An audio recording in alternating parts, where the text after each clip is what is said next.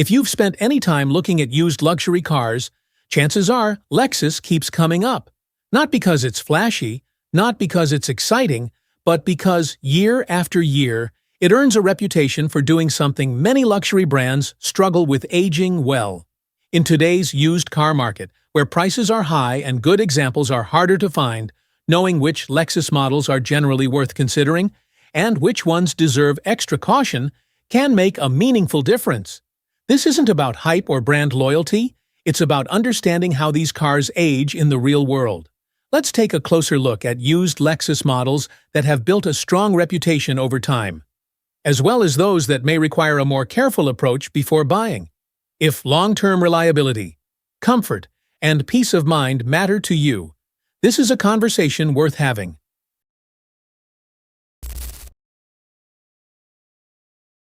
Let's get one thing out of the way early.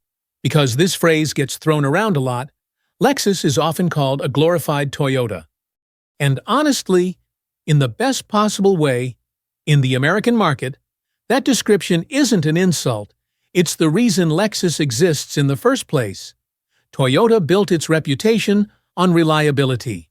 Lexus simply took that foundation, refined it, quieted it down, wrapped it in better materials, and made sure it still worked flawlessly 10 or 15 years later. If you're coming from the world of German luxury cars, Lexus can feel almost boring. No edgy styling cues designed to age badly. No overly complex systems built to impress on a test drive and frustrate 5 years later. Lexus doesn't chase lap times or brag about horsepower wars. Instead, it focuses on something far less exciting and far more valuable over time: consistency. And that's exactly why Lexus holds its value so well. A Lexus doesn't try to be a sports sedan from Germany. It doesn't pretend to be one. What it offers instead is a luxury experience that doesn't punish you for owning it after the warranty expires. Smooth drivetrains, conservative tuning, and interiors that still feel solid long after other luxury cars have started rattling. For buyers who've owned enough cars to know that excitement fades, but repair bills don't, this matters. This philosophy becomes especially important once you step into the used market, where Lexus vehicles naturally fall into two very distinct groups. The first group is what many buyers would call the middle-aged Lexus. These are cars roughly 5 to 10 years old. They're usually out of warranty, but not ancient. Technology still feels modern. Safety features are present. Maintenance costs are manageable. This is the sweet spot for buyers who want luxury without the depreciation hit and without gambling on age-related problems just yet. A well-maintained Lexus in this range often feels like it's barely getting started. Then there are the oldies, 10 years old and beyond. This is where Lexus separates itself from nearly every other luxury brand. In most cases, a 10-year-old luxury car is something you approach with caution. With Lexus, it's often the opposite. These vehicles have already proven themselves. Many of them still have another 100,000 miles left in them, with nothing more than proper, routine maintenance. Let's take a look at our recommendations of best old Lexus you can buy. The first model I want to highlight is the Lexus ES 350.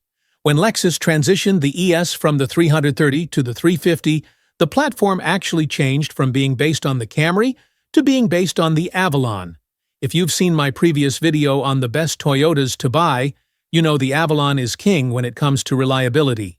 The ES, essentially a bigger, fancier version of the Avalon, shares the same strengths. You really can't go wrong buying any ES 350 today, from the moment it replaced the ES 330 up through the current models, like the one behind me. They're very reliable as long as they're properly maintained and cared for. There are a few minor issues to watch for, which we'll cover later when discussing the broader Lexus lineup. Another model that comes highly recommended is the Lexus RX 350.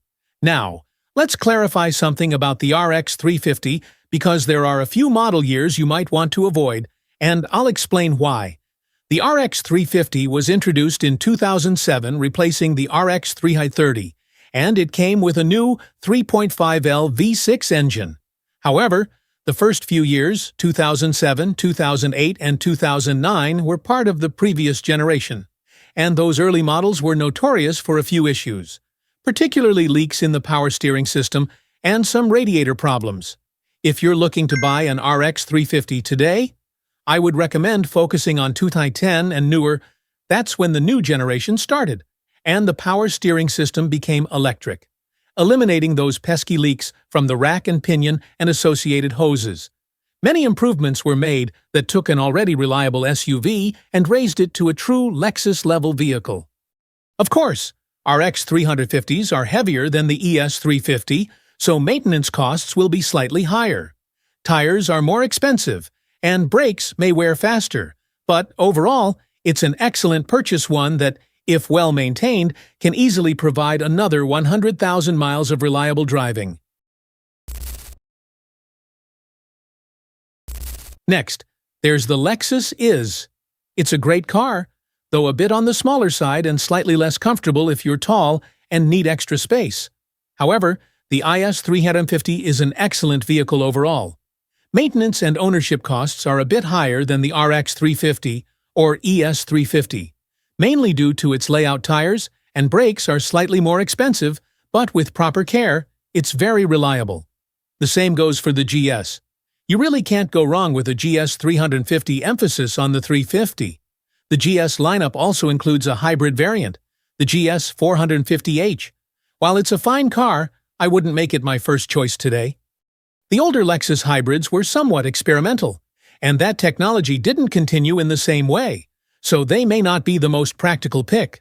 Overall, any IS 350 or GS 350 is a solid purchase, as long as the car has been well maintained and you understand that maintenance costs will be a bit higher than their front-wheel drive counterparts. Last but not least, let's talk about the GX and the LX. Let's keep it simple. The GX is essentially a V8 4Runner with some added luxury features, like air suspension and premium interior touches. Underneath it all, it's still very much a 4Runner in terms of reliability, value, and overall driving experience. The LX, of course, is a Land Cruiser. I don't need to say much more about that legendary vehicle, but let's dive in a bit. These models are a nice transition into the older Lexus lineup. The newer GX and LX hold their value extremely well, which also makes them quite expensive, especially the LX. If it's within your budget, though, you really can't go wrong. These are the kinds of vehicles that are almost an investment. You buy them, drive them, and they retain their value so well that selling them later often doesn't feel like a loss. You really can't go wrong with any GX or LX, whether old or new. That said, there is one key issue with these trucks that has the potential to turn an otherwise perfect Lexus into a nightmare, and that's something we'll cover when discussing common problems.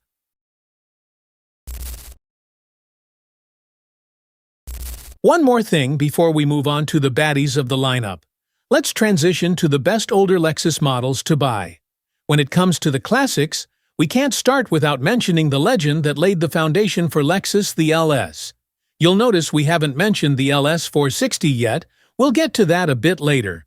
And no, we're not even going to focus on the LS 400 because, believe it or not, as of today, the date of filming, it's not necessarily the best buy on the market.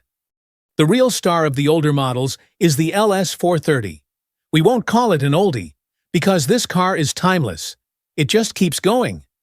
Pick up a 2005 model today, a 15 or 16-year-old car, and with simple, regular maintenance, you can easily add another 100,000 miles. That's why prices remain so high. They don't drop much. The LS 430 is arguably one of the best products to ever come out of Toyota and Lexus. It's beautifully crafted inside, has a timeless exterior design, and you really can't go wrong buying one. Of course, the usual caveat applies. Buy a good example, and you'll have a great experience. Be prepared, though, because the price is high, but that's the trade-off for a car that holds its value so well. You'll often see an LS 430 priced similarly to a Lexus or Toyota model that's 10 years newer. That's just how it is with this legendary car. One thing to note, Most LS430s are rear-wheel drive only, so if you live in snowy climates like we do in Chicago, it might be a little challenging. Other than that, it's a fabulous car, one that will remain in king status for years to come.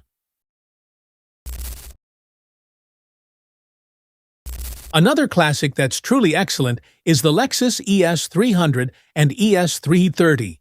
The ES lineup has been strong overall, though models from before 1998 are a bit too old and are better avoided. We'll cover more of those when we talk about the baddies. If you want to play it safe, focus on the 2002 through 2006 models, transitioning into the ES330. These cars are probably second only to the LS430 among the older Lexus models. They just keep going and going. Buy one today. And with basic maintenance, maybe a minor oil leak here and there, you could easily put another 100,000 miles on it. These are simple, DIY-friendly cars that are very enjoyable to drive and comfortable to sit in. In terms of reliability, they're extremely solid, comparable to a 2004-2006 Toyota Camry XLE V6, essentially one trim level above. They're a very good car to own today. And one more mention about the trucks. The LX, specifically the 100 Series Land Cruiser, is absolutely phenomenal. These vehicles hold their value like you wouldn't believe. As of the time I'm filming this video, we're in a crazy used car market, and a nearly 20-year-old LX can still go for $20,000 or more in my area. That's remarkable. The same goes for the GX470 and LX470. Both of these trucks feature one of the best engines Toyota and Lexus have ever produced, the 2UZ FE 4.7L V8. Hands down, there hasn't been an engine that comes close to its durability and reliability. Speaking of the older models, and as I mentioned earlier, we do need to talk about problems, yes, the things that can go wrong with Lexus. There are certain models and issues you really should avoid if you want to make a safe purchase. Now that the rainbows and butterflies are gone, it's time to talk about the Lexus models. You should absolutely avoid the ones that turned out to be genuine mistakes. We'll start with what may be one of the biggest missteps Lexus ever made. The Lexus is equipped with the wrong engine. Earlier, we mentioned the IS as one of the best Lexus models to buy, but with a very important emphasis on the IS 350. That distinction matters, because if you buy an IS 250, you're getting the same car in many ways: solid chassis, good build quality, but with a serious problem hiding under the hood. This was the era when direct injection was just starting to make its way into the automotive world. Quietly draining bank accounts one owner at a time, Lexus decided to experiment with it. Toyota, on the other hand, stayed away until they had a permanent solution. Lexus took an otherwise excellent GR Series engine, one of Toyota's most reliable engine families, and converted it to direct injection only. That engine, known as the 4GR FSE, was a mistake. It was loud, often the first thing owners noticed. It sounded almost diesel-like, which at the time raised eyebrows. While many modern engines sound similar today, that wasn't the real issue. The real problems were oil consumption, carbon buildup on the intake valves, misfires, and a cascade of long-term reliability concerns. If it wasn't burning oil, it was carboned up. And if you fixed one issue, another wasn't far behind. The biggest problem? There's no permanent fix. You can clean the carbon buildup, hope oil consumption doesn't worsen, and drive it for a year or two, but it will come back. That's simply the nature of early direct injection-only engines. The valves will carbon up. It's not a question of if, but when. For international viewers, the GS250 uses the same problematic 4GR FSE engine, along with a few other models in certain markets. My advice is simple: avoid that engine entirely, regardless of model year. Despite what some may claim, later versions were not meaningfully improved. It's the same issue repeating itself. Skip the IS250. Skip the GS250. Buy the 350 instead. You'll thank yourself later. For peace of mind, here's an important clarification. If you open the hood and see D4S, that's a completely different story. Toyota eventually fixed this issue by moving away from direct injection only and adopting dual injection, both port and direct. That system effectively prevents carbon buildup on the valves, and those engines can easily run 200,000 to 300,000 miles without carbon-related issues. That's the difference between a Lexus mistake and a Lexus done right.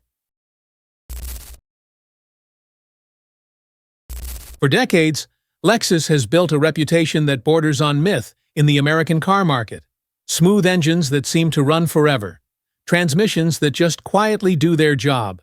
Cars that feel as if they were designed to outlive not only their warranty, but sometimes their owners as well. And ironically, that reputation is exactly what makes rust such a dangerous threat, because it's the one problem Lexus buyers are least prepared to take seriously. When most people look at an older Lexus, they do so with confidence. The engine fires up smoothly. The transmission shifts without drama. The interior still feels tight and well put together. That familiar Lexus calm sets in. And before you know it, your brain fills in the blanks.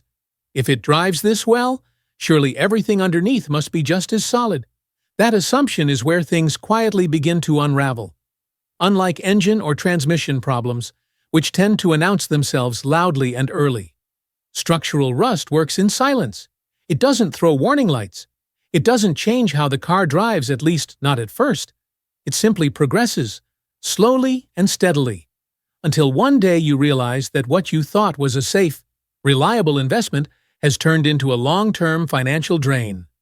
Not because Lexus built a bad vehicle, but because time, weather, and environment did what even mechanical failure could not. Nowhere is this more evident than in older Lexus trucks, particularly the LX and GX models. These vehicles are built on a body-on-frame platform derived from Land Cruiser architecture, a design celebrated for strength and durability. On paper, it's a major advantage. In the real world, especially in the United States, it's also their greatest vulnerability. These trucks are often used exactly as Lexus intended them to be used. They see snow-covered highways in the Midwest and Northeast. They endure salted winter roads year after year. They tow boats, trailers, and campers. Many live outside rather than in garages. And all of that exposure adds up. A body-on-frame design creates countless pockets where moisture, dirt, and road salt can collect and sit undisturbed for years. Over time, corrosion doesn't just discolor metal, it consumes it. Frame rails that carry the vehicle's weight begin to weaken. Cross members lose their rigidity. Suspension mounting points start to deteriorate, quietly compromising alignment and ride quality. Fuel tank straps corrode out of sight until they don't exist anymore. Rust tends to appear where buyers rarely look. Subframes, rocker panels, wheel wells, and perhaps most overlooked of all the edges of the windshield and the base of the A-pillars. Rust around the windshield is often dismissed as cosmetic, but it's anything but.